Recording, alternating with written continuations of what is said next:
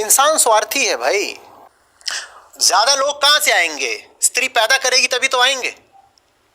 तो कहा गया कि स्त्री को जल्दी से पैदा करने के काम में लगा दो ताकि वो ज्यादा से ज्यादा लोग पैदा कर सके, ताकि उन्हें खेतों में डाला जा सके, क्योंकि तब लोग कम थे, जमीन ज्यादा थी।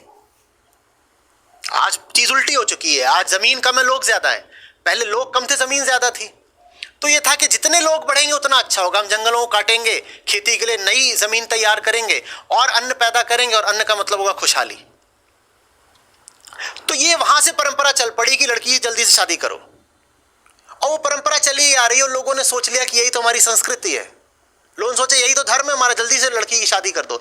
वो ये नहीं समझ रहे हैं कि वो परंपरा जब शुरू हुई थी तब स्थितियां अलग थी। आज की स्थितियां बिल्कुल अलग हैं। वो परंपरा आज नहीं चल सकती कि लड़की की जल्दी से शादी करो। 18 में तो बच्ची होती है वो। 18 माने 12वीं की लड़की हुई ना, कितने साल की हुई? हाँ, 12वीं की लड़की हुई वो, 12वीं या फिर फर्स्ट ईयर की। आप 12वीं की लड़की की शादी की बात कर रहे हैं? आप बिल्कुल पागल हैं। आप उसके माँ बाप है, उसके दुश्मन है, क्या है आप?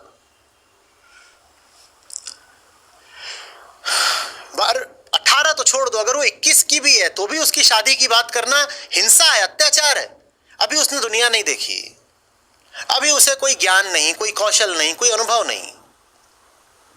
उसको ज्ञान इत्यादि देने की जगह आप उसको गर्भ दे रहे हो। इससे बड़ी हिंसा क्या हो सकती है?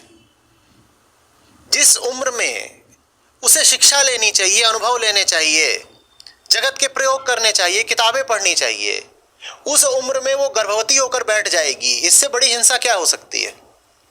अभी वो खुद बच्ची है और तुम उससे कह रहे हो बच्चे पालो। ये अत्याचार कैसे नहीं है? अब सवाल ये है कि हम इसका करें क्या, क्योंकि लोग तो स्वार्थी हैं। हमने शुरुआत ही कहने से करी है, लोग तो ऐसा करेंगे।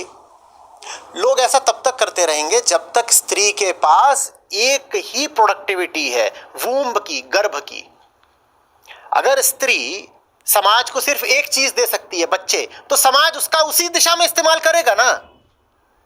बोलिए, समाज तो स्वार्थी है। और स्त्री से अगर उसको सिर्फ बच्चे मिल सकते हैं, बच्चे मिल जाएंगे और घर के काम मिल जाएंगे, तो उसका वही तो इस्तेमाल करोगे। तो जब आपको आता ही कुल इतना है तो आपसे कोई और क्या करवाए?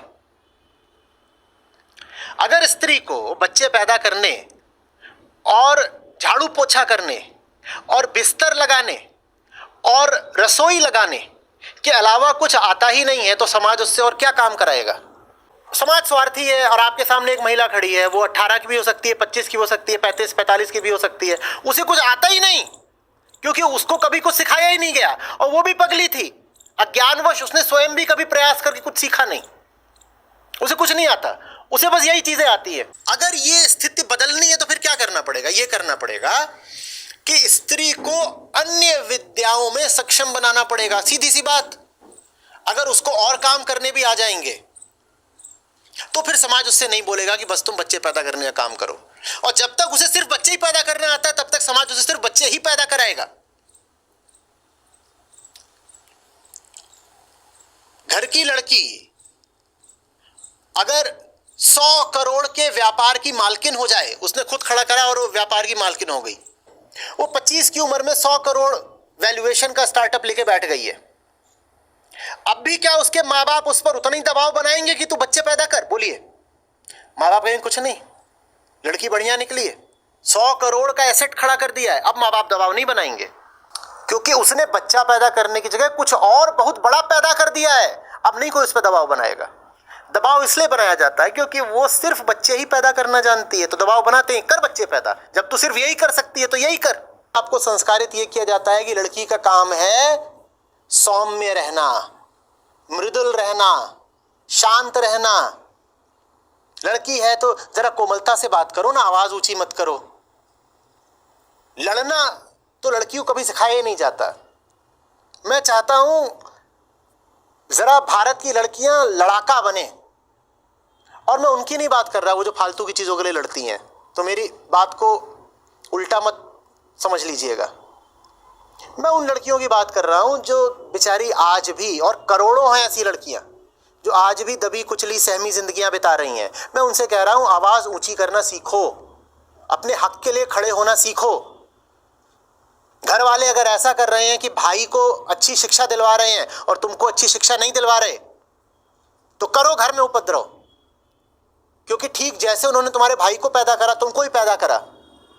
तुम्हारे भाई के प्रति माँ बाप का जो कर्तव्य है, तुम्हारे प्रति भी वही कर्तव्य है। तो वो ऐसा कैसे कर रहे हैं कि भाई को तो ऊंची शिक्षा दिलवा रहे हैं और तुमसे कह रहे हैं नहीं, साधारण कहीं चली जाओ कॉलेज में। लड़ो, लड़ना सीखो, आवाज उठाओ। आवाज नहीं उठाओगी, कोई साथ नहीं देगा। अपनी ताकत ही अपना साथ देती है। ये माँ बाप भी तुम्हें कहीं फेंक करके चले आएंगे। रूप, सौंदर्य, इसको नहीं बहुत महत्व देना है। महत्व ताकत को देना है, बल को।